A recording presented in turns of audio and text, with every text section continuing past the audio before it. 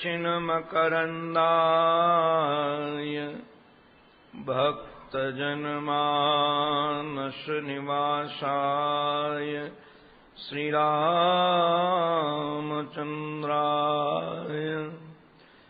विश्वासर्गविसर्गादि नवलक्षणलक्षितम् श्रीकृष्णाख्यं परं धाम जगद्धामनमामत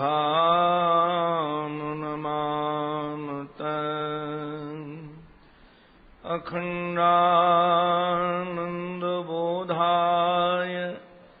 शिष्यसन्तापहारिणे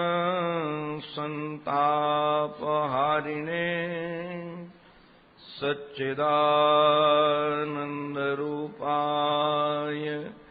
तस्मै श्री गुरवे नमः। गुरुर्ब्रह्मा गुरुर्विष्णुः गुरुर्देवो महेश्वरः गुरुः साक्षात् परब्रह्म तस्मै श्री गुरवे नमः। तस्मै श्री गुरवे नमः। श्रीमन्नारायण नारायण नारायण श्रीमन्नारायण नारायण नारायण श्रीमन्नारायण नारायण नारायण श्रीमन्नारायण नारायण नारायण लक्ष्मी नारायण नारायण नारायण लक्ष्मी नारायण नारायण नारायण लक्ष्मी नारायण नारायण नारायण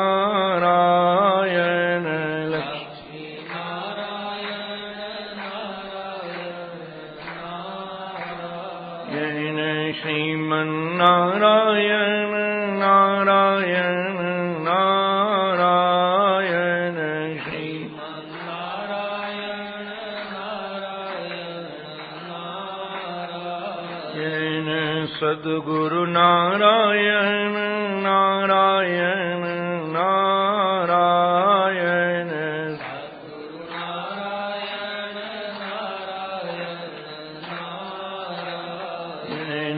सद्गुरु नारायण नारायण नारायण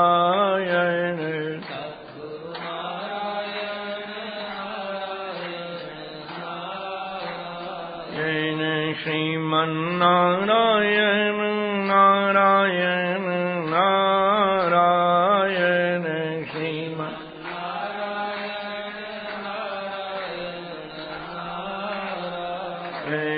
राम नारायण नारायण नारायण राम नारायण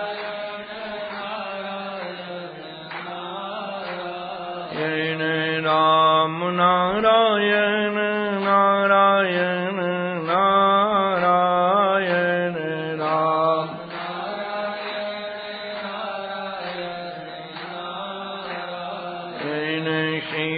श्रीमन्नारायण नारायण नारायण श्रीमन्नारायण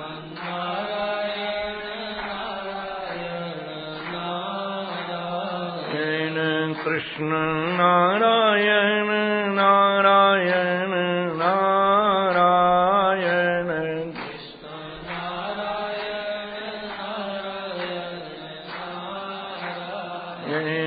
कृष्ण नारायण नारायण नारायण कृष्ण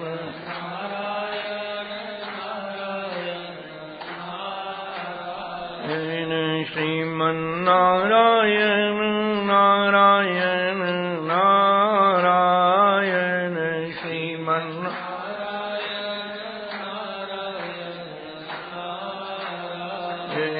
श्रीमन्नारायण नारायण नारायण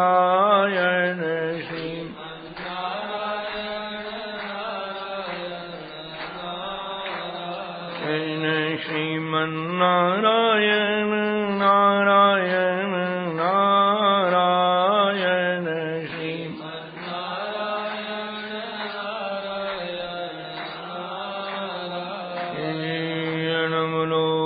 भक्तवत्सल भगवान की सद्गुरुदेव भगवान की श्री गंगा मैया की श्री वृंदावन बिहारी लाल की जय जय श्री राधे जय जय श्री राधे जय जय श्री राधे। जीवन धन जीवन सर्वस्व आराध्य श्री युगल सरकार के युगल चरणारविंदों में साष्टांग प्रणिपात। परमादरणीय पूज्य श्री सद्गुरुदेव भगवान के युगल चरणारविंदों में बारंबार प्रणिपात। परमादरणीय पूज्य संत वृंद, पूज्य विद्वत वृंद, भूदेव वृंद, हमारे नंदनंदन यशोदानंदन ब्रजजन वंदन की रस वर्षणी अनुराग वर्धनी ज्ञान वर्धनी गाथा से प्रेम रखने वाले भक्त वृंद एवं मातृशक्ति, आप सबके रूप में अपने आराध्य की ही अनेकानेक आकृतियों का दर्शन करता हुआ, आप सबको उन्हीं के रूप में निहारता हुआ, आप सबके भी पावन चरणों में मैं बारंबार वंदन करता हूं। आओ हम सब मिलकर के अपनी चित्तवृत्ति को वह दिव्य धाम श्री धाम वृंदावन में ले चलें, जहां कल कल कल्लोल करती हुई कालिंदी प्रवाहित हो रही है। कालिंदी का कूल है, शरद पूर्णिमा की दिव्य धवल पावन और पवित्र रात्रि है। जीवन धन गोविंद की वेणु का स्वर सुनकर के गोपांगनाएं गोविंद के समीप आई हैं। भगवान प्रथम तो उन सबका स्वागत करते हैं और स्वागतोपरांत कहते हैं कि तुम्हारी जैसी स्त्री को यहां रहना उचित नहीं है। पहला कारण तो ये दिया कि यहां का वातावरण इस समय ठीक नहीं है। एक रात्रि है, दूसरे यहां घोर रात्रि होने के कारण जंतुओं का भी प्रवेश है। भगवान देखना चाहते थे कि क्या इनको हम पर भरोसा है कि नहीं है। यदि इनको निश्चित रूप से हमारे ऊपर भरोसा होगा तो चाहे जैसा वातावरण आए उनको डर लगने वाला नहीं है। रक्षतीति विश्वासः, अपने इष्ट पर ऐसा विश्वास होना चाहिए कि चाहे जैसी परिस्थिति में हम हों, निश्चित रूप से हमारा इष्ट हमारी रक्षा करेगा। शिवपुराण में तो एक विलक्षण दृष्टांत है। विश्वास कैसा होना चाहिए, साधक के जीवन में इससे बढ़िया प्रमाण आपको कहीं दूसरी जगह नहीं मिलेगा। दो मित्र वन में गए थे। रास्ता भटक जाने के कारण समय से अपने गंतव्य स्थान तक नहीं पहुंच पाए।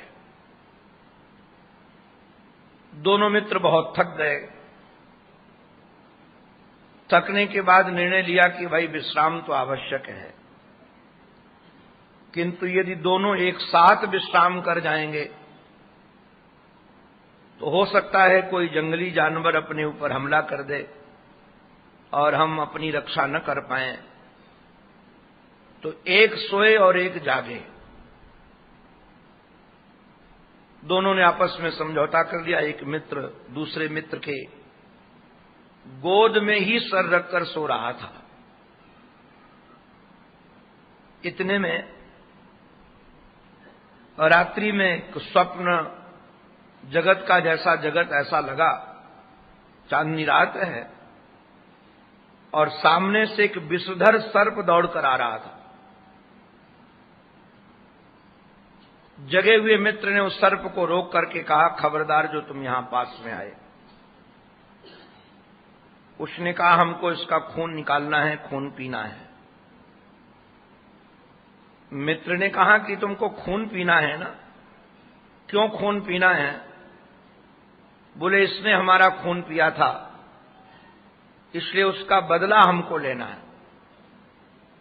तो जगे हुए मित्र ने कहा कि तुम ठहरो, तुम्हें निश्चित रूप से हम इसका रक्त देते हैं। नमो नमः।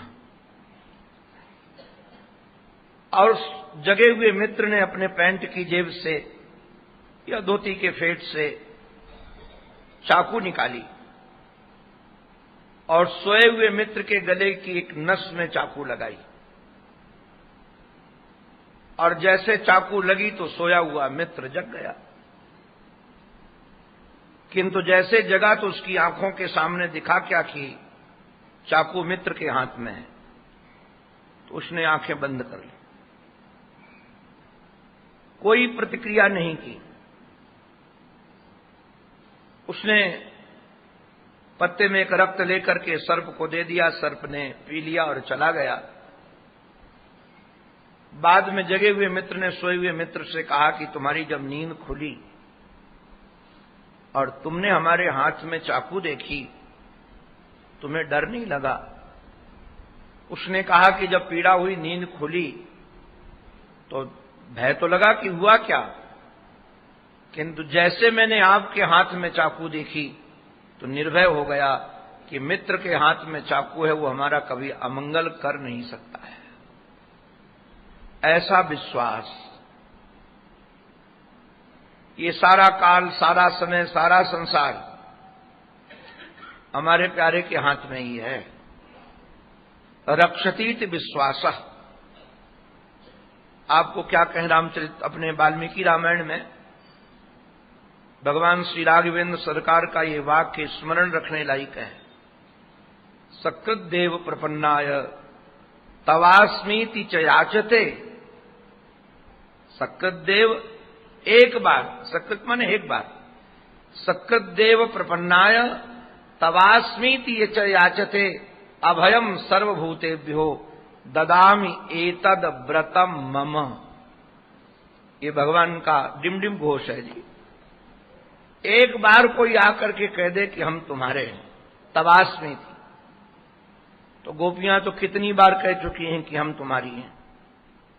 किंतु याद रखना, कई बार हम लोगों का ज्ञान रटा रटाया होता है, मंच पर तो काम आता है, दूसरों को समझाने में काम आता है, किंतु जहां अपने ऊपर प्रयोग करना होता है वहां फेल हो जाते हैं। हमने कई बार देखा है। किंतु ये ज्ञान जब तक अपने ऊपर प्रयोग में काम ना आए तब तक ये काम का है नहीं। बाचिक ज्ञान, ध्यान रखिएगा, कई बार असुर भी बना देता है। हमारे यहां एक वृंदावन में महापुरुष थे, गौड़ेश्वर संप्रदाय के आचार्य थे। बहुत रसीली भाषा में, अलंकारिक भाषा में सत्संग करते थे। हमारे श्री ब्राह्मणी जानते हैं, श्री अतुल कृष्ण जी गोस्वामी जी महाराज। तो ऋषिकेश से मैं गया था पढ़ करके। आश्रम में कोई उत्सव था, उसमें पूज्य गोस्वामी जी महाराज आए, और आए तो बोले तो बहुत प्रभावित हुआ, पहली बार सुना था। तो दूसरे दिन मैं उनके चरणों में पहुंच गया। पास में ही स्थान था, हमारे यहां रह रहे थे, पास में जाकर प्रणाम करके बैठ गया। तो बोले कहां से आए? तो मैंने बताया आनंद वृंदावन से आया हूं। पहले कहां रहते थे? हमने सुनायो भागवत।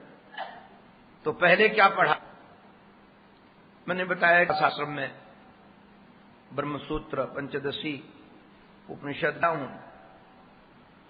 मेरी ओर देख करके बोले आसुरी वेदांत पढ़कर आए हो।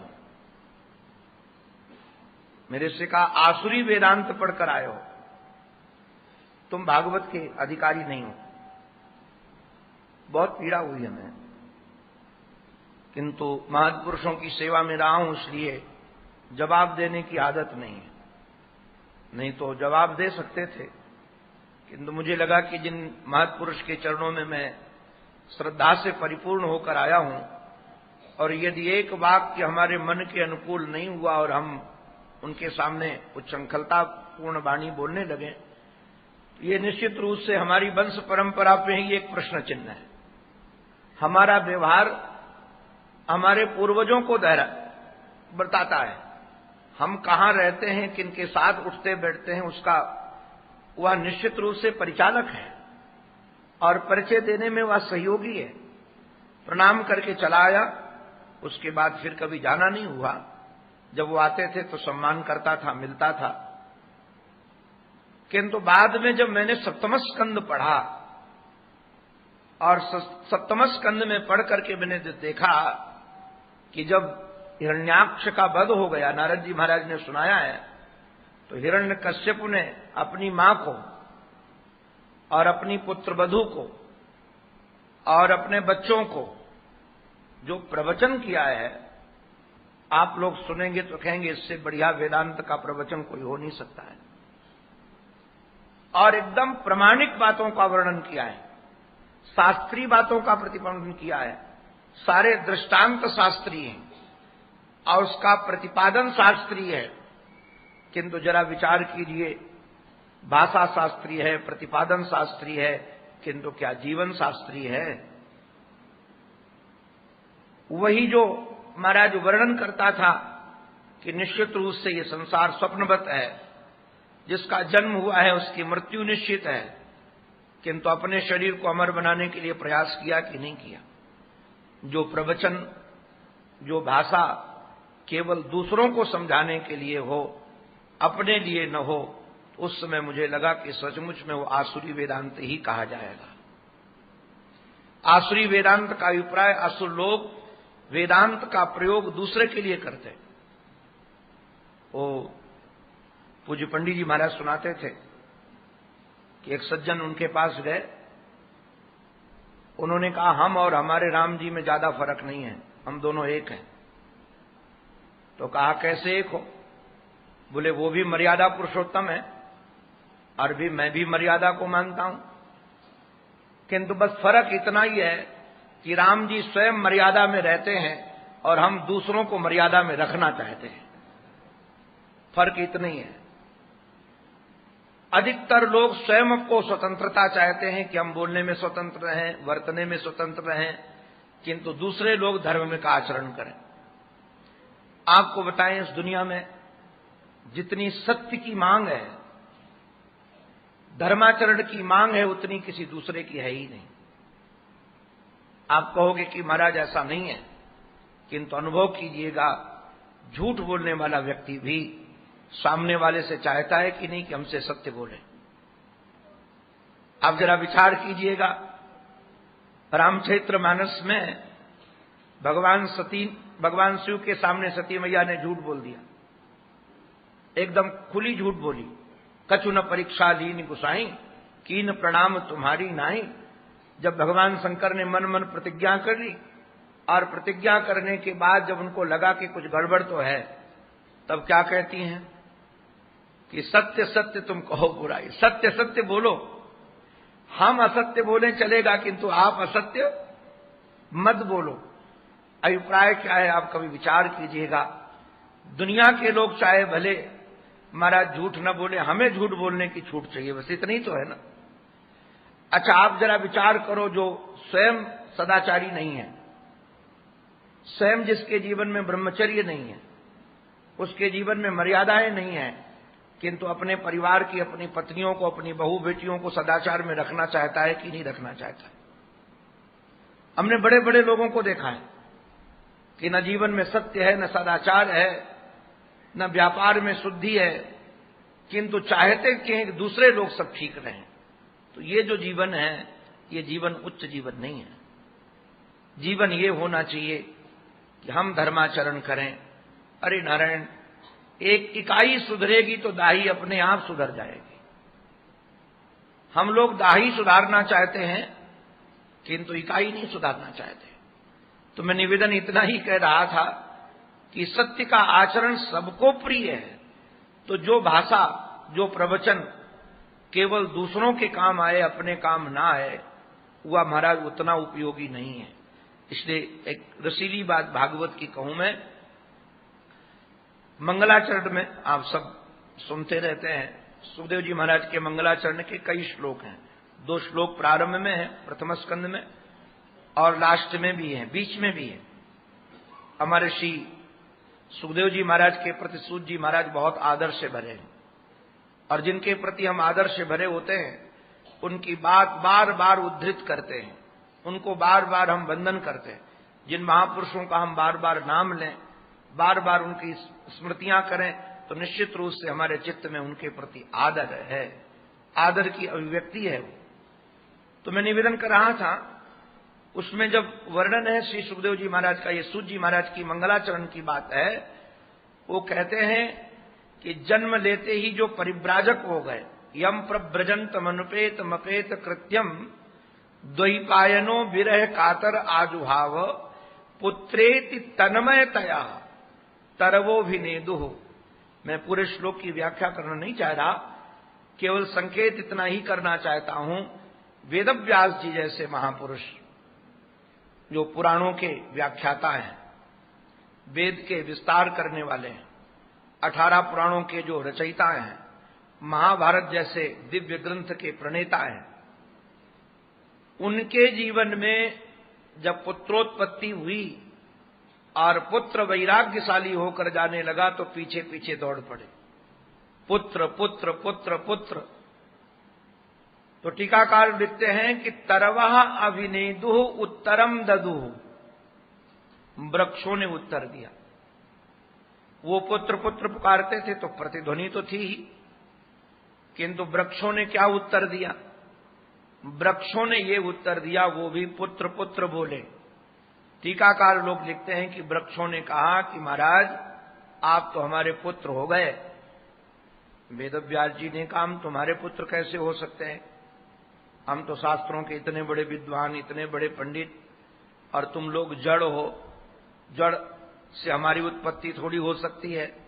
वृक्षों ने कहा माफ कीजिएगा, आपकी भाषा में वैराग्य की बातें बहुत हैं, किंतु आपके जीवन में अभाव है, जीवन में अभाव है। क्यों अभाव है? बोले महाराज हम भले भाषा से प्रवचन नहीं करते, किंतु हमारा जीवन ही प्रवचन है। दूसरों के लिए उपदेश क्या? बोले प्रत्येक वर्ष हजारों फल फरते हैं, किंतु एक भी अपने लिए बचाकर नहीं रखते हैं, और आपके जीवन में एक ही फल आया, वो भी आप अपने लिए बचा के रखना चाहते हो। इसका अभिप्राय यह है कि जीने वाला ज्यादा महत्वपूर्ण है, कहने वाला उतना महत्वपूर्ण नहीं है। और आजकल हमारा सबसे बड़ी गड़बड़ी हो गई, आजकल प्रवचनकारों की कमी नहीं है। हमारे वृंदावन में तो यदि पत्थर मारोगे तो किसी कथाकार के ऊपर ही गिरेगा, शायद इतने। वो वृंदावन में तो कथाकारों की फैक्ट्री है जी, वहां प्रोजेक्ट तैयार होते रहते। पहले भागवत की कथा 3 साल में तैयार होती थी, अब 21 दिन में भी भागवत की कथा तैयार करवा देते। फैक्ट्री है जी, रामायण की फैक्ट्री, वहां कथाकार बनाए जाते हैं। तो मैं निवेदन कर रहा हूं, इतनी कथाएं और इतना सब प्रवचन आदि होने के बाद भी लोगों का जीवन नहीं बदल रहा है। किसी वक्ता का किसी श्रोता पर कोई असर ही नहीं पड़ रहा है। क्यों असर नहीं पड़ रहा है? उसका कारण यह है कि व्यासपीठ पर तो ज्ञान की बात, वैराग्य की बात है, किंतु जीवन में उसका अभाव हो गया। और जब तक जीवन में भाव नहीं होगा तब तक किसी का भाव बनने वाला नहीं है। इसलिए भगवान की बात जब गोपांगनाओं ने सुनी, आपको बताएं वैसे भगवान उत्तर पक्ष में रहते हैं और गोपियां पूर्व पक्ष में रहती हैं, किंतु यहां कई जगह श्री कृष्ण पूर्व पक्ष में हो गए, उत्तर पक्ष में गोपियां हो गई। पूर्व पक्ष ये पूर्व मीमांसा का वर्णन करते हैं और गोपियां उत्तर मीमांसा का वर्णन करती हैं। श्रीमान जी पक्ष रखते हैं धर्म का और गोपियां परम धर्म की चर्चा करती हैं। जहां ये श्रीमान जी धर्म की बात रखते हैं, गोपियां परम धर्म की बात रखती हैं। और इसलिए यदि मैं दोनों के शास्त्रार्थ की चर्चा सुनाऊं, यहां दोनों का शास्त्रार्थ है, तो यहां गोपियां जीत गई और श्री कृष्ण हार गए। अगर श्री कृष्ण जीत जाते तो रास होता ही नहीं, वो तो श्री कृष्ण हार गए तो रास हुआ है। उनकी सारी युक्तियां, सारी महाराज शास्त्र की बातें धरी की धरी रह गई। क्यों धरी की धरी रह गई? वैसे तो एक मैं निवेदन करूं नारायण, भगवान को गोपांगनाओं को कोई हटाना नहीं था और घर वापस भी नहीं भेजना था। क्यों? अगर वापस भेजना होता तो काहे को वेणु बजा बजा के बुलाते, और इतने दिन से काहे को खेती कर रहे थे, नाच नाच कर, गा गा करके चित्त चुरा रहे थे सबका। ये प्रेम की खेती ही तो कर रहे थे, और जब खेती काटने का समय आया तो कहते भाग जाओ। तो ऐसा तो कोई किसान करेगा नहीं। तो ये भगाने का एक बहाना था। क्यों बहाना था भगाने का? हमारे गुरुदेव कहते थे, महाराज श्री कहते थे कि भगवान ने विचार किया। क्या विचार किया? कि गोपियां आईं और आते ही इनके साथ मैं नाचने लगूंगा और इनसे प्रेम की बातें करने लगूंगा, तो ये बाबा जी लोग जब हमको मिलेंगे तो कहेंगे बड़े पक्षपाती हो, हम इतने साल से भजन कर रहे हैं और एक झांकी नहीं दिखाई। 18-18 घंटे माला फेरते हैं, कभी दिखे नहीं। और ये गोपियां एक दिन भी माला लेके नहीं बैठी, एक दिन भी तुम्हारी आरती नहीं उतारी, और आते ही इनके साथ नाचने लगे। तो नाचने लगे तो महाराज इसमें गड़बड़ी, आप पक्षपाती हो। आप महात्माओं से तो मिलते नहीं हो, इन लुगाइयां पतैयों से मिल जाते हो। ये लुगाई आई तो तुम पिघल गए, और कोई महात्मा आया तो तुम पिघलते नहीं हो। तो निश्चित रूप से पक्षपात का दोष लगेगा। तो भगवान ने विचार किया कि गोपियां जब बोलेंगी तो गोपियों का दिल खुलेगा। आपको बताएं, एक पुराण में वर्णन है, जब 5 महीने में ध्रुव जी को भगवान मिल गए, 6वें महीने में तो मिल ही गए, और मिल जाने के बाद जब वो राजा बन गए तो बड़े बड़े महात्माओं को लगा ये ठाकुर पक्षपाती है। एक बालक को 5 दिन में मिल रहा है और हमको 5 जन्म में नहीं मिल रहा है। हम लोग बड़ी बड़ी जटा रखा करके तप करने में लगे। तो महात्माओं ने एक मीटिंग बुलाई, सब महात्मा इकट्ठे हुए और इकट्ठे होकर के बोले चलो क्षीर सागर चलते हैं। और क्षीर सागर में जाकर पूछते हैं कि ध्रुव जैसे बालक में जिसको भी बोलना नहीं आता है, चलना नहीं आता, 5 वर्ष का बालक, उसके सामने तो श्रीमान जी शंख चक्र गदा पद्म धारण करके प्रकट हो गए, उसको बड़ा लाड़ लड़ाया। और हम लोग इतने काल से तप कर रहे हैं, भजन कर रहे हैं, और हमारे सामने तुम्हारे दर्शन भी नहीं होते। तो कहा चलो भगवान के पास। महाराज गए, तब तक खड़े थे सागर के तट पर, क्षीर सागर के। तब तक एक नाविक आ गया, था तो बालक ही। उसने कहा महात्माओं प्रणाम करता हूं, कहां चलना है? बोले नारायण के पास में। बोले सब बैठो। बोले पहले कभी नाव चलाई है? उन्होंने कहा महाराज हमारे बाप, हमारे बाप, बाप के बाप, बाप के बाप, उनके बाप। महाराज आप कभी नाई के पास बाल बनवाओ, वो उसकी बात की बात निकलती है। उसको हम तो कई बार देखे हैं, हमारे यहां राम फेर था, नाई तो बनाने आता था। जब तक बनाता था तब तक लगता था कि सब दुनिया का ज्ञान इसी के पास में है। और महाराज इसलिए नाई कोई बैठे हो तो नाराज ना हो, उसको छत्तीसा बोलते हैं, उसकी 1-2 बुद्धि नहीं होती है। ऐसे केवट के साथ बैठ जाओ तो केवट महाराज ऐसी बातें बनाता है कि उससे बड़ा कोई पंडित, और काशी का केवट हो तो भगवान मालिक है, क्योंकि हम वहां रहे हैं, पढ़े हैं तो पता है। वो लगता है इससे बड़ा कोई पंडित नहीं है। तो जैसे वो महात्मा लोग बैठे, पूछा कि तुमने कभी नाव चलाई है? तो बाप के बाप, बाप के बाप, सबका नाम गिनाने लगा। और बोले हम भी इसी, तब जब से सुध संभाली तब से चला रहे। थोड़ी दूर नाव जाने के बाद देखा क्या कि समुद्र के बीच में छोटे छोटे टीले हैं, और टीले वो सब हड्डियों के हैं। तो संतों ने पूछा कि ये हड्डियां किसकी हैं? तो केवट थोड़ा महाराज रुक करके कहा हमारे बाप, हमारे बाप, उनके बाप, उनके बाप, उनके बाप के बाप। उन्होंने बताया है कि जितने ही हड्डियों के पहाड़ हैं, सब कभी ध्रुव जी ने यहां तप किया है। ये ध्रुव जी तप करते करते उनकी हड्डियां महाराज यहां छूट गई हैं और शरीर छूट गया। बोले इतनी जगह तप किया है, इतने वर्ष तक? बोले कितने वर्ष तक नहीं, कितने युग तक वो भी पता नहीं है। महात्माओं ने कहा भैया नाव वापस करो, हमारे पास विषय ही नहीं है, अब उनसे बातें क्या करेंगे। हम तो समझते थे कि हमने इतने दिन तप किया और किंतु भगवान नहीं मिले। आप जरा कभी विचार करिएगा नारायण, जाने कितने जन्मों से पाप में प्रवृत्ति रही है। कभी घोड़ा बने, कभी गधा बने, कभी खच्चर बने, कभी कुकर सुकर बने। ये सब काम क्रोध के ही तो किंकर रहे। अब ये कम आयु का शरीर, मनुष्य शरीर मिला है, उसमें 2-4 दिन भजन कर लिया तो अभिमान और हो गया कि हम बड़े भजनानंदी हैं। हमारे एक पूज्य पंडित जी महाराज के शिष्य हैं, मैं गुरुभाई के रूप में बड़े मैत्री शरण जी, अभी उनकी यहां कथा हुई थी, कभी मिलते हैं तो मैं उनको प्रणाम करने लगता हूं, तो हाथ पकड़ लेते हैं। तो हमने कहा क्यों? बोले आप सन्यासी हो। हमने कहा कि सन्यासी का भेष तो है, किंतु पूर्ण सन्यासी जिस दिन बन जाऊंगा उस दिन चाहे भले प्रणाम स्वीकार न करना। वेश बनाना अलग बात है, पूर्ण संन्यास आना बहुत अलग बात है।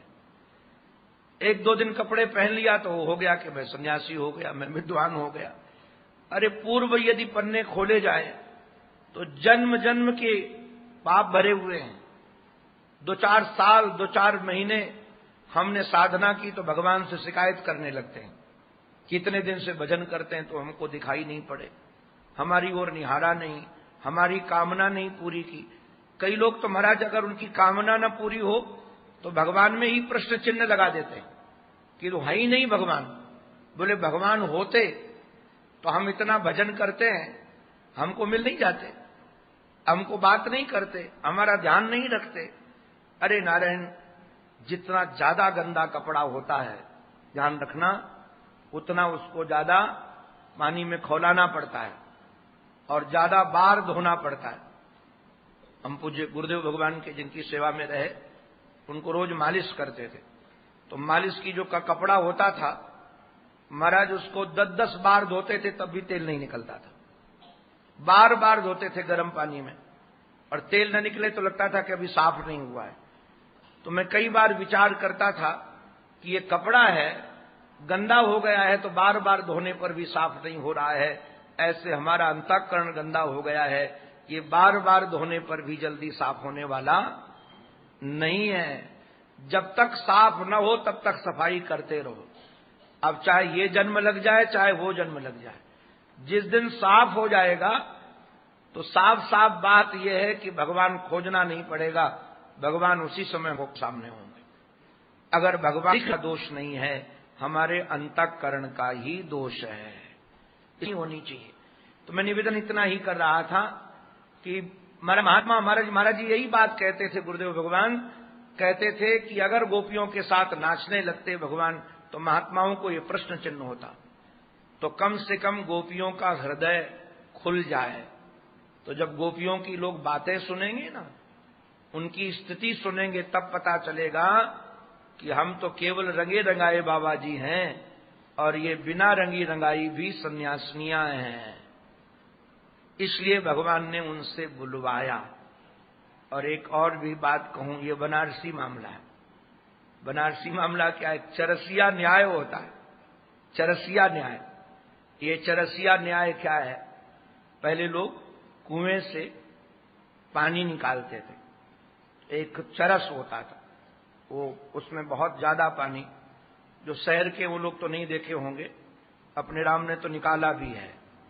जहां शरीर उत्पन्न हुआ वहां नल नहीं थे, कुएं से ही पानी पीते थे। बाद में हैंडपैप आए तो कुएं से ही खेती भी सींची जाती थी, उसी से सब होता था। तो देखा है वो चरस, तो जब चरस को खींचता है ना किसान बैलों के द्वारा, और वो ऊपर आ जाए जगत में कुआं के और भूमि के समतल भूमि पर, तो उसको अपनी ओर तुरंत नहीं खींच लेता है, क्योंकि अपनी ओर खींचेगा तो वही तुमको कुएं में डाल देगा। तो पहले क्या करता है? धक्का मारता है। धक्का मारेगा तो ऐसा लगता है जैसे उसको दूर फेंक रहा है, किंतु जैसे धक्का मारेगा दूर की ओर तो धीरे धीरे वो चरस झूमने लगेगा, और झूमते ही जैसे पास में आएगा तो किसान उसको लेकर रख लेता है। तो गोपियां ये रस भरी चरस थी जी, और भवसागर से भवकूप से निकलकर पास आई थी। अगर तुरंत श्री कृष्ण इनको पकड़ने लगते तो श्री कृष्ण को भी अपनी ओर खींच लेती। आपको सच कहें, गुरुजन देखते हैं संसार का कोई व्यक्ति आया है ना, बिना अंतःकरण पवित्र किए यदि उसको पकड़ ले, तो मेरा तो ये महाराज मामला है कि आप यदि 10, 12, 15 साल 30 साल भी भजन किए हो, और जो सामने वाला संसारी आया है वो 50 साल 70 साल से भोग कर रहा है, तो अपने भजन के सामने वो भोग वाला प्रबल है कि नहीं है? उसके पास संसार के प्रति आसक्ति का संपत्ति ज्यादा है और अपने पास कम है जी। जितनी उसकी संसार से आसक्ति है उतनी आसक्ति अपने परमात्मा के प्रति नहीं है। इसलिए हमारे अंतःकरण में इन संसारियों का असर ज्यादा पड़ जाता है। हमने कई बार देखा है, एक साधक और एक महाराज संसारी, तो साधक संसारी को जल्दी तो साधक बना नहीं पाता है, किंतु साधक सावधान न रहे तो वो संसारी साधक को फिर पुनः संसारी तो बना ही देता है। हमारे कितने मित्र महात्मा हैं, घर द्वार छोड़ के निकले थे और उनके वैराग्य से हम परिचित हैं, किंतु आज सब आश्रम बनाने में लग गए। कितने मित्र हैं उसी प्रपंच में फंसे हैं। तो हमको लगता है कि इनको निश्चित रूप से उनका संग मिल गया है, तो हमारे संग से ज्यादा उनका संग ज्यादा खींचता है। देखो चुंबक एक तरफ लोहा, तो जो ज्यादा बड़ा होगा वो उधर खींच लेगा। लोहा खींच करके चुंबक खींच कर लोहा को खींचने का सामर्थ्य भले चुंबक का है, किंतु खींचेगा किधर जो वजन ज्यादा होगा। ये एकदम प्रयोगात्मक है। तो यदि गोपियां तुरंत आई थी, भले इनके हृदय में गोविंद रस भरा था, परमात्मा का रस भरा था, किंतु आई तो संसार से निकल करके थी, तो ये भगवान को भी अपने धरातल पर खींच लेती। इसलिए भगवान ने चरसिया न्याय लगाया।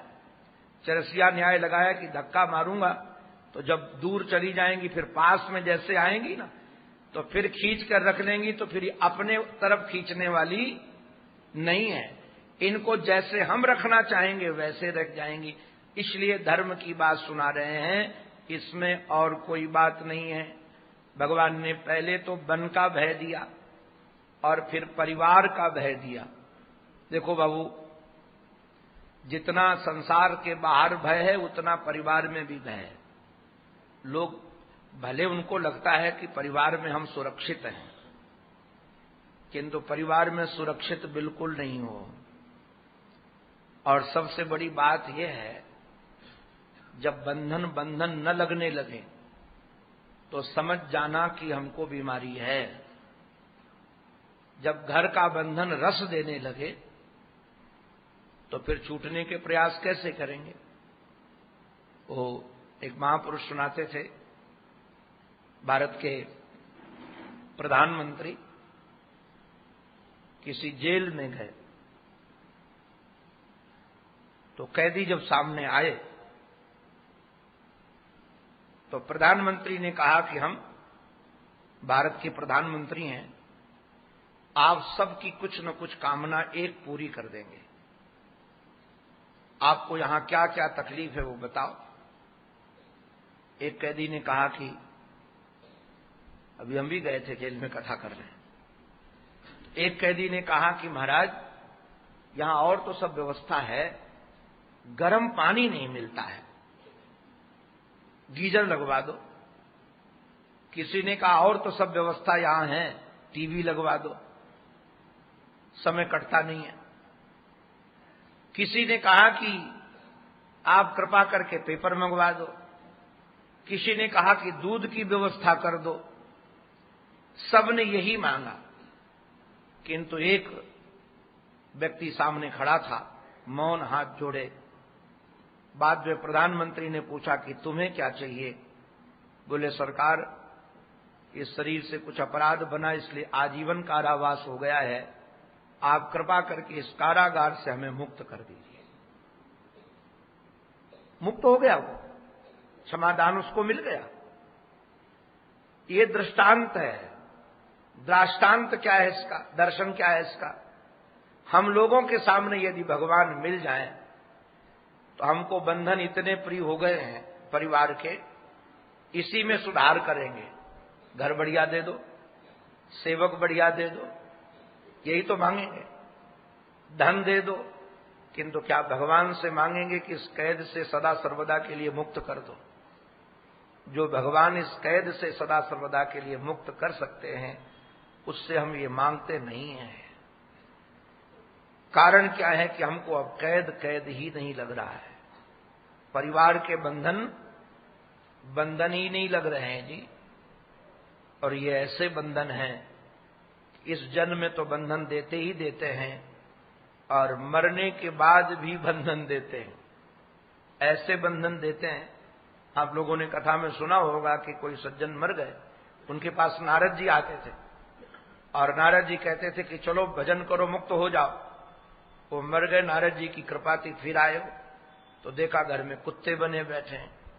बोले अब चलो। बोले महाराज धन बहुत हो गया है, बेटा ध्यान नहीं रखता दरवाजा बंद करने का, इसलिए रक्षा के लिए कुत्ता बन के बैठा हूं। जब बेटा समझदार हो जाएगा तब छोड़ूंगा। बाद में आए तो बिल्ली बने बैठे थे। बोले अब क्या हुआ है? बोले पोता तो समझदार आ गया है, किंतु घर में सब सामान इधर उधर पड़ा रहता, चूहे बहुत बन गए हैं।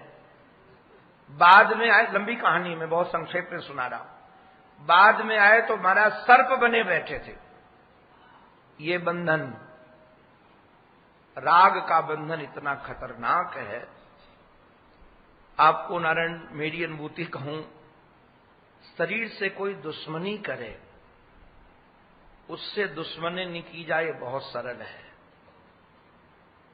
शरीर से कोई दुश्मनी करे, उससे दुश्मनी न की जाए ये सरल है, किंतु शरीर से कोई राग करे और उससे राग न हो, ये बहुत कठिन है। हमारी सुख सुविधा का कोई ध्यान देने लगता है तो हम तुरंत उसके हो जाते हैं जी। अपना समय, अपनी सुविधाएं सब निछावर कर देते, अपना जीवन जी कि हमको आपने इतना दिया है। मैं निवेदन करता हूं, ये भी बंधन है। पहले वन के भय को दिखाया, फिर घर के भय को दिखाया कि तुम्हारे माता पिता, पुत्र, भ्राता, पति, ये सब तुमको खोजते आ जाएंगे यहां, इसलिए वापस चली जाओ। गोपियां कुछ नहीं बोली तो कहते हैं तुम्हारा दृष्टम वनम कुष्मितम राकेश कर रंजितम। हरि देवी हो, तुम लोगों ने देख लिया, इस समय वृंदावन बड़ा कुष्मित है। चंपा के, चमेली के, जुहू के सब पुष्प खिले हुए हैं। परिताह मंद सुगंध सुरभि बह रही है। और देखो देखो देखो, राकेश कर रंजितम, आज चंद्रमा ने अपनी किरणों से इसकी शोभा बढ़ा दी है। राकेश कर रंजितम। और देखो ये यमुना का पुलिन, इसमें पास में झुके झुके वृक्ष और उनका ये दिव्य वातावरण तुमने देखा है। और देखने के बाद कहा कि अब तुम जाओ। तद यात मा चिरम गोष्ठम, यहां बहुत देर मत रुको, गोष्ठ में चली जाओ और जाकर के पति की सेवा करो। क्यों पति की सेवा करें? क्योंकि तुम सती हो। सुशुद्धम पतीन सती ही। ध्यान रखना, गोपियां कोई व्यभिचारिणी स्त्रियां नहीं थी, परम सती थी। तो तुम सतियां हो, घर जाओ, अपने पति की सेवा करो।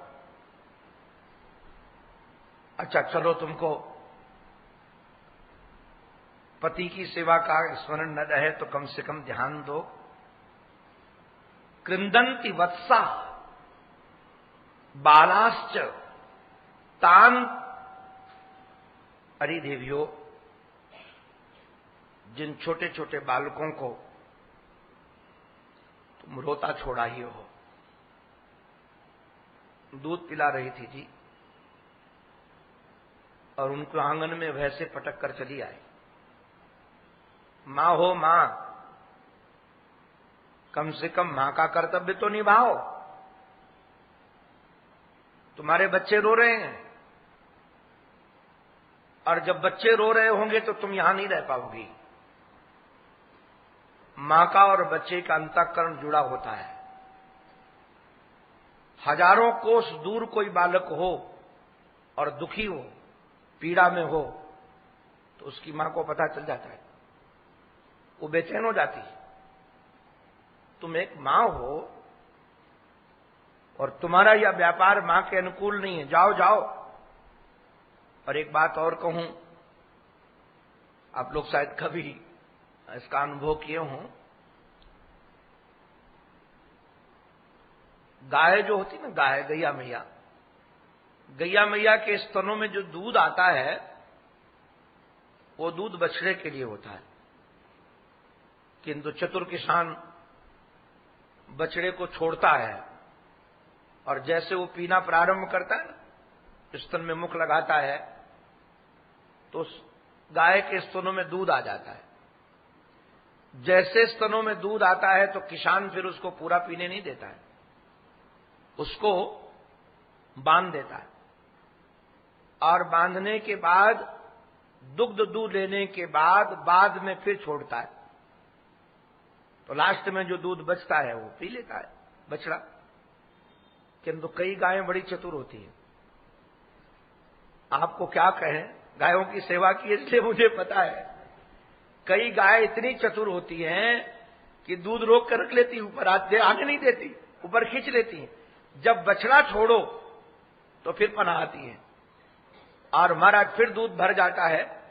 तो हमारे पास एक गाय थी ऐसी, जब मैं सेवा कर रहा था एक जगह, तो मैं जानता था कि ऐसी गड़बड़ करती है। तो महाराज अपने राम भी चतुर, जो उसके स्तनों में दूध आता था फिर अलग कर देते थे उसको, और उसके बाद 1-2 लीटर दूध निकल आता था। तो कई गायें बछड़ों के लिए दुग्ध छुपा करके रखती हैं। और नारायण आपको क्या कहें, गैया मैया का अपने बच्चे पर बहुत वात्सल्य होता है, बेजोड़ वात्सल्य होता है इसका। इसलिए जो बात महाराज शब्द बनाए भक्त वत्सल, तो वत्सान लात इति वत्सला, ये गैया मैया से ही भक्त वत्सल शब्द बना है। और इसका प्रमाण देखना हो तो शिव पुराण में वर्णन है। शिव पुराण भी बहुत बेजोड़ ग्रंथ है। और हमारे संत प्रवर श्री तुलसीदास जी महाराज ने भले इस बात को रखा है कि नाना पुराण निगमागम सम्मतोष्मी, किंतु सर्वाधिक प्रभाव तुलसीदास जी महाराज के जीवन में यदि ग्रंथों का है तो भागवत का और शिव पुराण का। बहुत सारे प्रसंग शिव पुराण के, कितने श्लोक तो ऐसे हैं, क्योंकि मैं कई बार उसका अवलोकन करता रहता हूं, अक्षरशः बाबा ने अनुवाद किया है। शिव पुराण के कितने श्लोक हैं। जैसे वर्षा ऋतु का वर्णन किया है जो, वो भागवत से है। भागवत में जो वर्षा ऋतु का वर्णन है, ज्यों का त्यों उठाकर तुलसीदास जी महाराज ने लगभग वर्णन कर दिया भाषा में। तो बाबा तो ये बात कहते हैं कि हमारे तो पुराण रामायण में निश्चित रूप से अनेकानेक पुराणों का समागम है ही, किंतु इन 2 पुराणों का बड़ा महात्म्य है। 2 पुराणों का उन्होंने खूब आलोडन, वह तो संपूर्ण शास्त्र के पंडित हैं वो तो। तुलसीदास जी महाराज तो क्या कहें। आजकल तो हमारे मन में एक बात आने लगी है कि जैसे ठाकुर जी को भोग पधराया जाए और तुलसी दल न डाला जाए तो ठाकुर जी भोग स्वीकार नहीं करते। वैसे ही प्रवचन का भोग लगाना हो ठाकुर जी को, चाहे कोई पुराण की कथा कहो, चाहे गीता कहो, चाहे उपनिषद कहो, यदि बाबा तुलसी के ये तुलसी दल 2-4 न डाले जाएं तो लगता है श्री ठाकुर जी स्वीकार ही नहीं करते। अद्भुत अद्भुत चिंतन बाबा का है।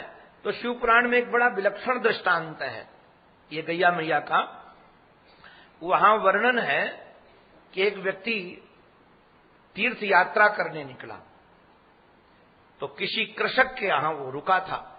पहले लोग पैदल यात्रा करते थे। तो संध्या का समय था, किसान ने गोदोहन करने के लिए बछड़े को छोड़ा, और जैसे बछड़े को छोड़ा उसको बाद में अलग करने लगा।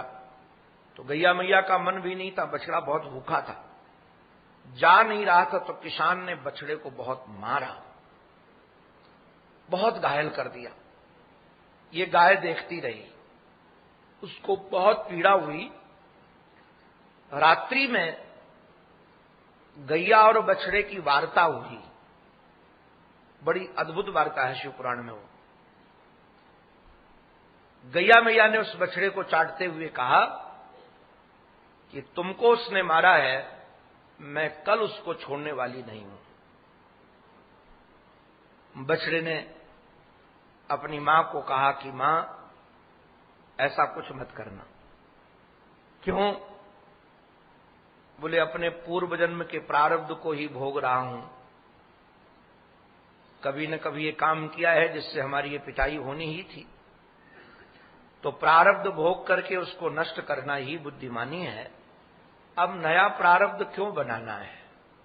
आप ये बिल्कुल मत करना। वो इतना दिव्य महाराज उसकी वार्ता है दोनों की शिवपुराण में। बाद में गैया मैया का क्रोध समन नहीं हुआ, और जैसे क्रोध समन नहीं हुआ तो गैया मैया ने बछड़े को कहा कि नर्मदा के तट पर बोले इस ब्राह्मण को यदि तुम मार डालोगी, बछड़े ने कहा कि यदि तुम मार डालोगी तो ब्रह्म हत्या लगेगी तुम्हें, और ब्रह्म हत्या का कोई प्रायश्चित नहीं। उन्होंने कहा कि नहीं नहीं, मुझे पता है, नर्मदा के तट पर एक भगवान शंकर का दिव्य मंदिर है, उसके दर्शन करने के बाद ब्रह्म हत्या का पाप भी मुक्त हो जाता है, तो निश्चित रूप से मैं इसको मार करके वहां जाऊंगी। और महाराज दूसरे दिन सुबह जैसे छोड़ा गया तो उसके बालक को उसने मार डाला, और मार करके फिर वहां दर्शनार्थ गई। मैंने ये दृष्टांत आपको इसलिए सुनाया है कि गैया मैया अपने बछड़े से बहुत प्रेम करती है, और शायद कोई ऐसा प्रेम करता हो जी, क्योंकि इसीलिए इसी शब्द के कारण वत्सला शब्द जो पड़ा और भक्त वत्सल बना, इसके पीछे रहस्य है। रहस्य क्या है? गैया मैया को गंदगी प्रिय नहीं है बंधुओं, किंतु अपने बछड़े के शरीर में गंदगी रहने नहीं देती। आप लोग तो शायद कभी देखे हो, जब बच्चा प्रकट होता है ना तो उसके शरीर में महाराज सब कुछ लगा रहता है, पूरी गंदगी, और आंख में भी कान में भी। किंतु वारी वाह गैया मैया वो चाट चाट करके, महाराज हमने तो देखा है कि कान के अंदर भी जीभ घुसेड़ देती है और वहां से भी निकाल लेती है गंदगी। आंख के ऊपर भी ऐसे जीभ घुमाती है कि बछड़े को कुछ लगे नहीं और सब साफ हो जाए। आप ऐसा साफ नहीं कर सकते जितना वो जीभ से साफ कर देती है। तो क्या उसको गंदगी प्रिय है? गंदगी प्रिय नहीं है, किंतु अपने बछड़े में गंदगी प्रिय नहीं है, गंदगी उस पे रहे वो प्रिय नहीं, इसलिए आत्मसात करती थी। तो भक्त वत्सल किसको कहते हैं? भक्त वत्सल उसका नाम है कि जो भगवान के पास साफ सुथरा होकर जाए उसको स्वीकार करे, उसका नाम नहीं है। भगवान के पास जो पहुंच जाए उसकी गंदगी को जो आत्मसात कर ले उसी का नाम भक्त वत्सल है।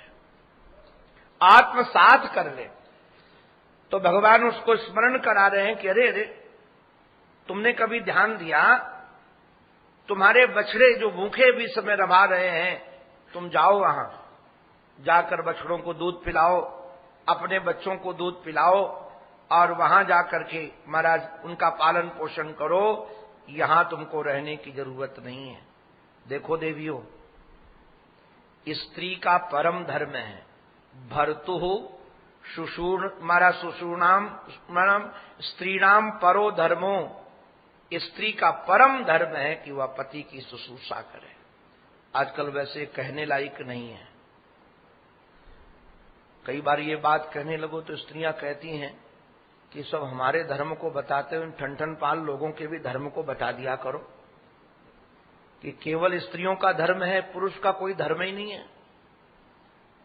पुरुष का भी परम धर्म है, पति है, उसका रक्षण करना का परम धर्म है। और आपको एक निवेदन कर दूं, जब अभी हमारे श्री राधेश्याम खेमका जी ने, अभी तो शिव विग्रह उनका नहीं रहा, उन्होंने बड़ा उपकार किया।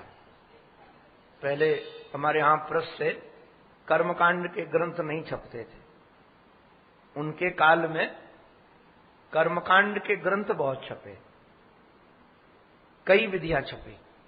उनकी अपनी रुचि भी थी और काशी की महिमा भी थी, वहां रहने के कारण, विद्वानों के साथ रहने के कारण, तो कर्मकांड के कई ग्रंथ आए। तो कर्मकांड में आप विवाह देखो, हमारे यहां हम लोगों के 16 संस्कार हैं। 16 संस्कार में ब्याह भी एक संस्कार है। आजकल संस्कारों के लोग नाम भी नहीं याद रखते हैं, और हमको तो यहां बड़ी खुशी होती है, पता नहीं वो विधि है कि नहीं। यहां यज्ञोपवीत संस्कार भी रखते थे पहले, हुआ 7-8 रुपए को, बहुत अच्छा लगा। एक बार मैं था, और 105। वाह, ये बहुत दिव्य पद्धति है, इसको तो रखते रहना चाहिए। और एक बार मैं यहां था, उस समय हमारी कथा ही चल रही थी, मई शायद रहा होगा, तो हमने देखा कि कई वृद्ध लोगों का भी यज्ञोपवीत हुआ था। तो जब हमने वृद्धों को देखा तो उनसे पूछा कि तुमने अभी यज्ञोपवीत कराया? तब उन्होंने कहा कि हां, प्रायश्चित करके अभी करवाया। अरे महाराज, जब जागे तब सवेरा। ब्राह्मण क्षत्रिय वैश्य को निश्चित रूप से यज्ञोपवीत पहनना चाहिए, संध्या वंदन करना चाहिए। ब्राह्मण यदि 3 दिन संध्या वंदन नहीं करता है तो उसका ब्राह्मणत्व तो नष्ट हो जाता है। उसको प्रायश्चित करके फिर यज्ञोपवीत पहनना चाहिए। यज्ञोपवीत आजकल तो महाराज आपको क्या बताएं, सब पता नहीं कहां से कैसी परंपरा आई है। अपने राम जब यहां से गए ना, तो अचला लगाते थे, लुंगी समझ लो, धोती नहीं पहनते थे। तो पूज्य श्री रामानुजाचार्य जी महाराज श्री के चरणों में जाकर भागवत पढ़ता था और अपने धर्मसंघ वाले गुरु जी के पास में ग्रंथ पढ़ते थे। तो 2-4 दिन तो कुछ नहीं बोले। बाद में मेरे से कहा कि तुमने वैराग्य की दीक्षा ली है? हमने कहा नहीं। तो बोले अभी क्या हो? हमने कहा ब्राह्मण बालक हूं, यज्ञोपवीत हुआ है। तो बोले ये लुंगी लगा के ना आया करो, ये मुसलमानों का खेल है। धोती पहनो, कांच लगाओ, तब पढ़ाएंगे। फिर हमने धोती पहनना प्रारंभ किया। आजकल लोग धोती पहनना नहीं चाहते जी, और बात ये कहेंगे कि बड़ी असुविधा होती है। अरे क्या सुविधा होती है जी? जो आप अपने जीवन में करने लगो उसमें कोई असुविधा नहीं है। तो यज्ञोपवीत आदि संस्कार करके गायत्री जप करना चाहिए। तो नरण में निवेदन इतना ही कर रहा था कि जीवन में सदाचार की बहुत आवश्यकता है। अगर वह नहीं करते हैं तो आपका जीवन उन्नत की ओर नहीं बढ़ता है। भगवान ने कहा, तो मैं जो निवेदन करना चाहता था आप सबको, तो ब्याह पद्धति ये संस्कार है। ब्याह पद्धति में जब पिता अपनी कन्या का कन्यादान करता है तो उस समय एक संकल्प बुलवाया जाता है, इमाम लक्ष्मीम रूपणीम कन्याम। ये हमारी जो लक्ष्मी रूपी कन्या है, ये नारायण रूपी वर को दे रहे हैं। इसका अभिप्राय क्या हुआ? इसका अभिप्राय यह है कि यदि पति परमेश्वर है तो पत्नी भी साक्षात लक्ष्मी है, केवल एक तरफ से नहीं। हम लोग जब भागवत आदि में देवियों की धर्म की महिमा बताते हैं तो ये ठन पाल लोग जैसे एक कथा से जाते हैं तो सबसे पहले कहते, देखो व्यास जी ने क्या कहा था कि पति को परमेश्वर मानना चाहिए और परमेश्वर मान करके ही भजन करना चाहिए। तो देवियां आकर के हमको बार बार कहती हैं कि महाराज जहां स्त्रियों का धर्म बताते हो वहां ठन पाल लोगों को भी बता दिया करो। इसलिए कई बार मैं वर्णन कर देता हूं कि इनको भी साक्षात लक्ष्मी रूप मान करके, तो ये वर्णन महाराज ये कर रहे हैं भगवान की, तुम लोग जाओ और जाकर के पति की सेवा करो। देखो देवियों, अगर ये लोक और परलोक दोनों संवारना चाहती हो तो दुश्शीलो, दुर्भगो, वृद्धो, जड़ो, रोगी, अधनो पिवा, अगर पति दुश्शील हो। बस एक निवेदन करूं मैं, अब पति तो परमात्मा है ना, अब परमात्मा तो एक रूप में तो है नहीं, परमात्मा कई रूप में है। हमारे महाराज जी कहते थे, कई पति ऐसे मिल जाते हैं जो बहुत गुस्सा करते हैं, तो जो गुस्सा करने वाले पति मिल जाएं तो सोचा करो कि इनमें श्री नृसिंह भगवान का अंश ज्यादा है। और कई ठन पाल ऐसे होते हैं महाराज, सोचते हैं कि सब घरवाली का ही काम है, कपड़े लाएंगे गंदे, जूते भी महाराज रसोई घर तक पहुंचा दे, कपड़े भी गीले कपड़े बिस्तर पर डाल दे तो देवियां परेशान होती हैं, कहती महाराज जी ऐसे पति का क्या करें। तो हमने कहा हाथ जोड़ लिया करो, इनमें 12 भगवान का अंश ज्यादा है, 12 भगवान का अंश ज्यादा है। और कई देवता होते जो बोलते नहीं, बड़े मर्यादा में रहते हैं, किसी से बात नहीं करेंगे, न रिश्तेदार से न किसी से। तो कहा उनको क्या समझें? तो हमने कहा इनमें राम जी का अंश ज्यादा है, और जो अपनी देवी को देख छोड़कर इधर उधर भी आंख सेक ले, ऐसे के साथ क्या करें? तो कहा कह देना इसमें कन्हैया का अंश ज्यादा है। देखो एक बात आपको बताएं नारायण, ये संसार हमें बनाना नहीं है, संसार तो बना बनाया है, और ये संसार भगवान ने बनाया है। तो हमें क्या बनाना है? हमें अपना दिल बनाना है, हमें अपनी दृष्टि बनानी है। जो लोग संसार को बनाने के चक्कर में पड़ जाएंगे वो मिट जाएंगे। आप अपना दिल बनाओ, आप अपनी दृष्टि बनाओ। महापुरुषों को कुत्ते में भगवान दिखते हैं, महापुरुषों को कामियों में भी भगवान दिखते हैं। क्यों दिखते हैं? कि उन्होंने अपनी दृष्टि बना ली है, उन्होंने अपना हृदय बना लिया है। अगर कुछ बनाने लायक है तो निश्चित रूप से अपना हृदय बनाने लायक है। और आपको यदि सच्ची सच्ची बात कहें, यदि कुछ रक्षा करने लायक है तो पैसा रुपया नहीं है, मान प्रतिष्ठा नहीं है, ये तो सब आगमा पाई है। हमने देखा है कितने लोगों को जो खाने को नहीं था आज अरबपति है, और अरबपति लोगों को मैंने देखा है कि उनको खाने को नहीं, खाने को नहीं। एक कलकत्ता का परिवार था मारवाड़ी, महाराज सब जगह बंगले थे उनके। एक रोग हो गया, बच्चे को ले गए, सारी फैक्ट्रियां बिक गई। आज उनकी बहू बच्चों को पढ़ाने के लिए 20,000 में किसी कंपनी में नौकरी करती है। जिनके यहां 2-2 लाख रुपए पगार में नौकर रहते थे, आज वो 20,000 के लिए नौकरी करती है, हमारे परिचय में है। तो ये धन तो आने जाने वाली चीज है, और मान प्रतिष्ठा भी। हमने बहुत अल्प समय में देखा है कि जिन लोगों की महाराज लाखों लोग आरतियां करते थे, आज उनका नाम लेने में संकोच करते हैं। उनका नाम छुपाते हैं कि हमारा इनसे परिचय था, क्योंकि बदनाम हो गए जी। कब नाम बदनाम में हो जाएगा, कब बदनाम व्यक्ति नाम वाला हो जाएगा, ये संसार में कुछ पता नहीं है। रक्षण यदि करने लायक कोई चीज है तो आपका हृदय है। इसलिए संत कहते हैं रक्षत रक्षत कोशा नाम अपि कोशम हृदयम, रक्षत रक्षत कोशा नाम अपि कोशम हृदयम, यस्मिन् सुरक्षिते सर्वमेव सुरक्षितम स्यात्, यस्मिन् नष्टे सर्वमेव नष्टम स्यात्। आपको ईमानदारी से सबको आज के प्रार्थना करने का हमारा मानस और भी है।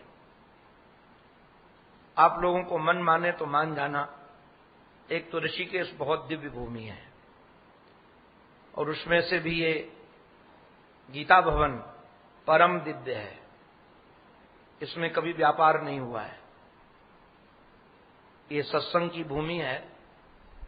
यहां जितने लोग रहें अधिक से अधिक सत्संग करो। आप सबसे प्रार्थना है। आज हमारे एक दालमिया जी हमको बता रहे थे,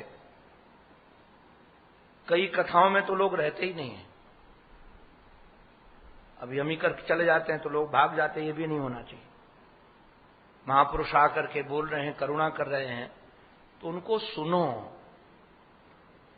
मैं नाम जप का विरोधी नहीं हूं, मैं निष्काम कर्म का भी विरोधी नहीं हूं, किंतु ये जानता हूं क्योंकि शायद हमको इस मार्ग से मिला है, जो आपको सत्संग से मिलेगा शायद कहीं दूसरी जगह मिल सके। जो जानब सत्संग प्रभाव न आन उपाऊ। और एक पता है, कोई भी वक्ता क्यों ना हो, कोई भी वक्ता गाली तो नहीं सुनाएगा, भगवान की चर्चा ही तो सुनाएगा।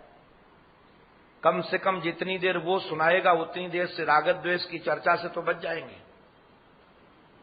उर्वरक भूमि में ध्यान रखिएगा, जो बीज बोया जाता है वो अनंत गुना मिलता है, किंतु खरपतवार बोए नहीं जाते हैं, किंतु उसके भी बीज बहुत हो जाते हैं।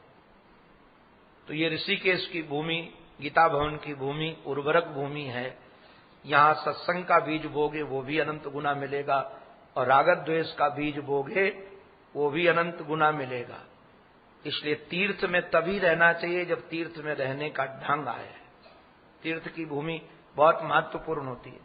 यहां किसी की निंदा करो मत, और निंदा किसी की सुनो मत। जिसको जो करना है करने दो। अपने तो सत्संग करो, खूब सत्संग में बैठना चाहिए, क्योंकि सत्संग में बैठने के लिए तो आप लोग कहोगे कि हमको तो उपदेश देते हो, तुम क्यों नहीं बैठते हो। अगर हमारी एक टाइम की कथा हो तो हम भी छोड़कर नहीं जाएंगे। हमारा स्वभाव है कि जो सत्संग करते हैं उसका मैं स्वाध्याय करता हूं। अगर मैं स्वाध्याय न करूं तो आपको कोई रसीली शास्त्र सम्मत बात नहीं सुना सकूंगा। मैं जितनी देर कथा करता हूं उससे डबल समय स्वाध्याय करता हूं। तो अगर हमको स्वाध्याय न करना हो, अब की बार तो मानस है कि अगली बार आएंगे तो एक ही टाइम की कथा रखेंगे, समय बढ़ा देंगे।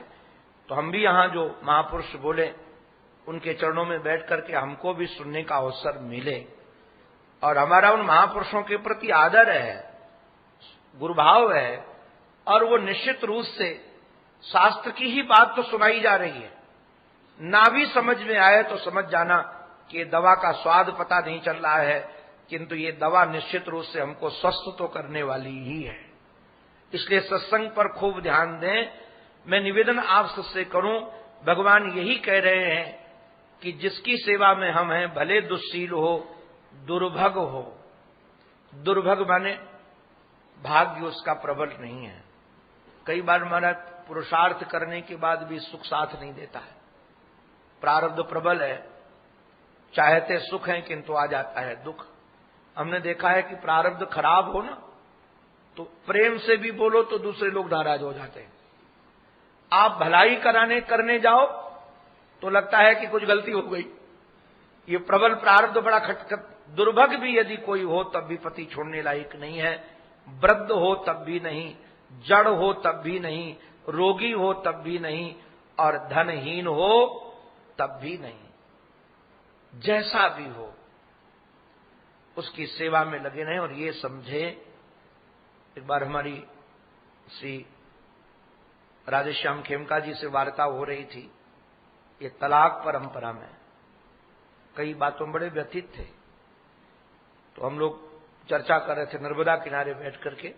हमारी कथा थी, जब कभी समय होता था तो कथा सुनने के लिए गए थे भागवत की, तो बीच बीच में हम लोग बैठते थे तो सामाजिक की चर्चा करते थे।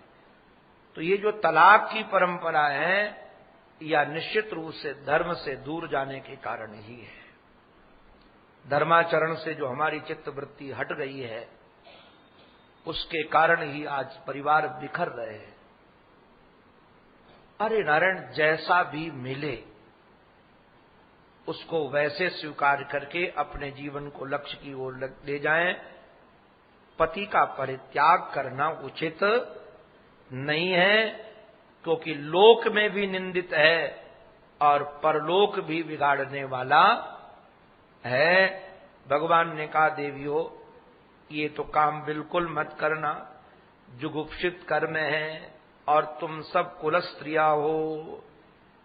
बाद में गोपियों ने कहा, श्रीमान जी आपका धर्म का प्रवचन हो गया, मैं बोलूं?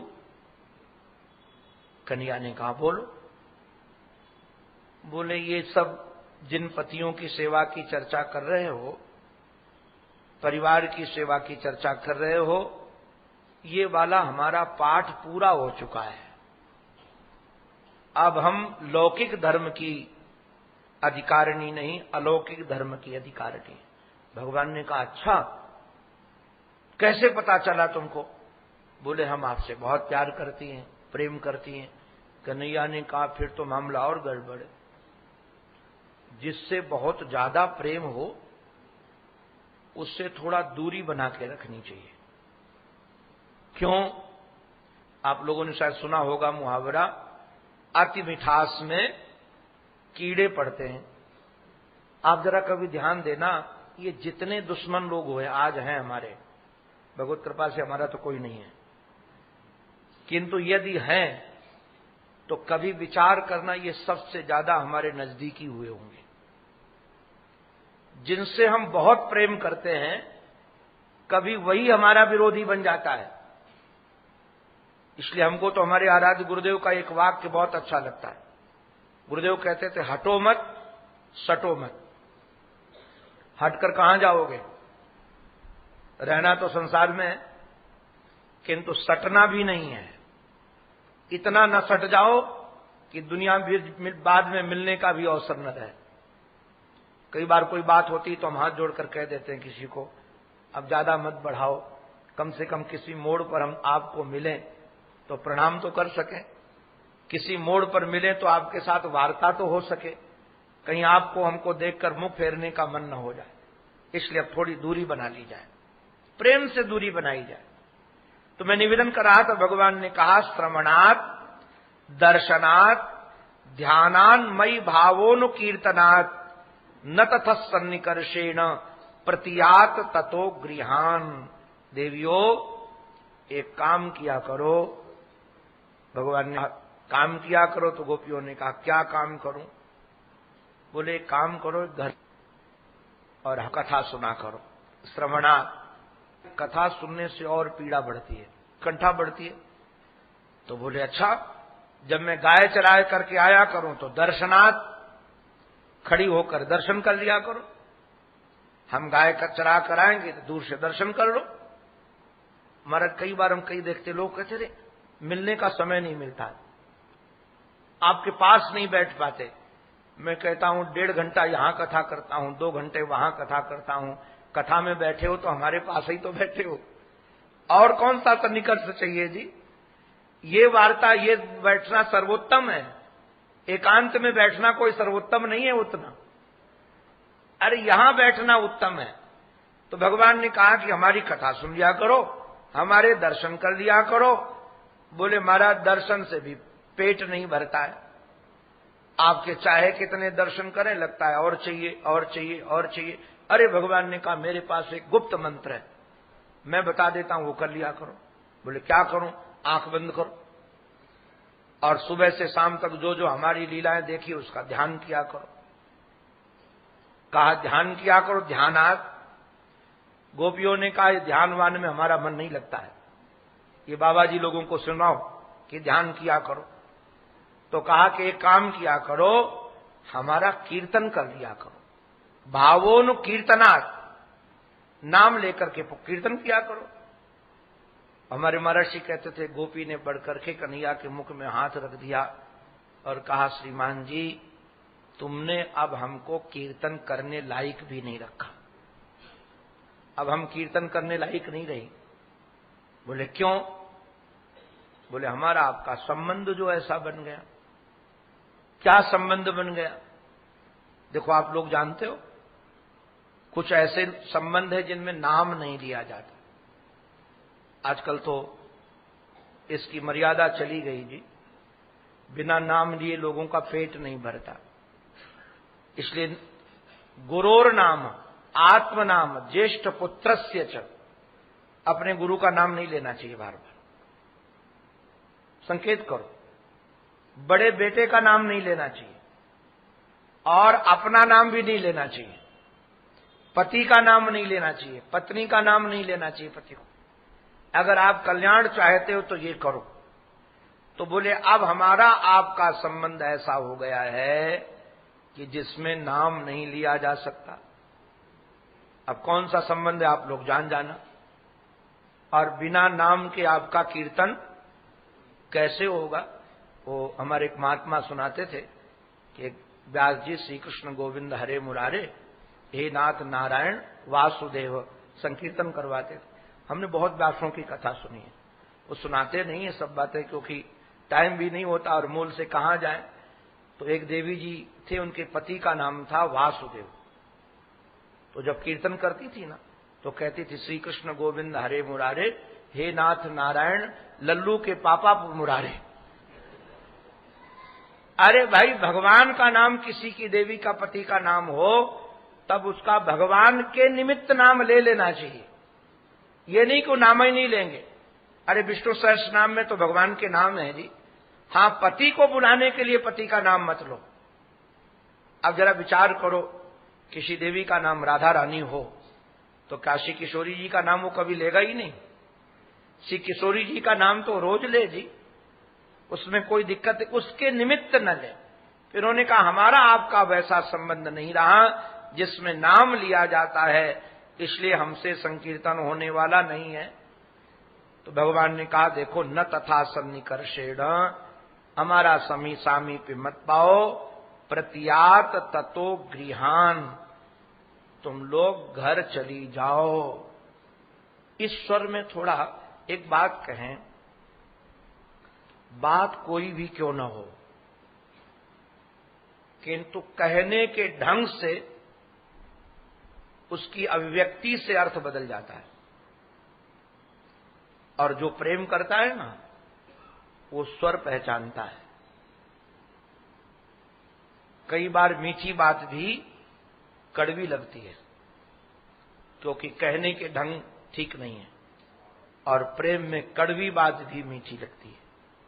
आपको क्या कहें, प्रेम का खेल ही अलग है। एक ग्रंथ है प्रेम पत्तनम, उसका हिंदी अनुवाद विकासजी जी ने किया। प्रेम पत्तनम, प्रेम नगर, उसके कानून ही अलग हैं। उसके कानून में प्रेमी यदि कहे कि जाओ तो उसका उल्टा होता है मत जाओ, उल्टा अर्थ होता है जी, बिल्कुल अर्थ ही अलग। वो पढ़ने लायक है ग्रंथ प्रेम पत्तनम, प्रेम नगर के कानून। अब वो कानून यदि पता न हो तो व्यक्ति फेल हो जाएगा, किंतु स्वर से भी पता चलता है। भगवान के स्वर को सुनकर के सुखदेव जी महाराज कहते हैं इति विप्रिय महाकर्ण्य गोप्यो गोविंद भाषितम।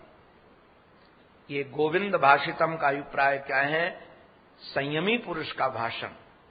गाम बिंदति गोविंद, समझ गई निश्चित रूप से कि श्री कृष्ण हमारे को पास रखना नहीं चाहते।